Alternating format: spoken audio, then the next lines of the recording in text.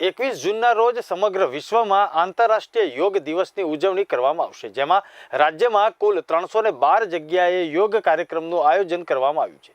રાજ્ય કક્ષાનો કાર્યક્રમ નડાબેટ ખાતે યોજાનાર છે, જેમાં ગુજરાત રાજ્યના મુખ્યમંત્રી ભૂપેન્દ્ર પટેલ, ગૃહ રાજ્ય અને રમતગમત મંત્રી હર્ષ સંઘવી પણ ઉપસ્થિત રહેશે.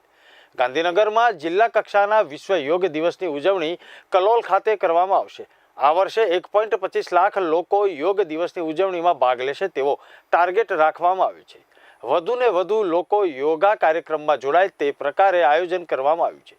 યોગના કુલ 30,000થી વધુ કાર્યક્રમ કરવાનું આયોજન કરવામાં આવ્યું છે. ગુજરાત રાજ્ય સરકાર દ્વારા, ગુજરાત રાજ્ય યોગ બોર્ડ દ્વારા ગુજરાતભરમાં યોગના કાર્યક્રમો થાય, યોગનું વાતાવરણ બને, લોકો યોગ સાથે જોડાય, એના માટે અમે પ્રયત્ન કરી રહ્યા છીએ.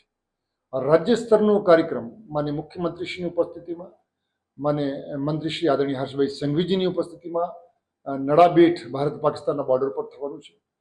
એના સાથે સાથે 312 કાર્યક્રમો અમે કરવાના છે, જેમાં મહાનગરો અને જિલ્લાઓમાં પણ 3,000થી 4,000 લોકોના કાર્યક્રમો, તાલુકા લેવલ પર 500-700 લોકોના કાર્યક્રમો અને ગ્રામ્ય લેવલ સુધી આ કાર્યક્રમ કરવાના છે.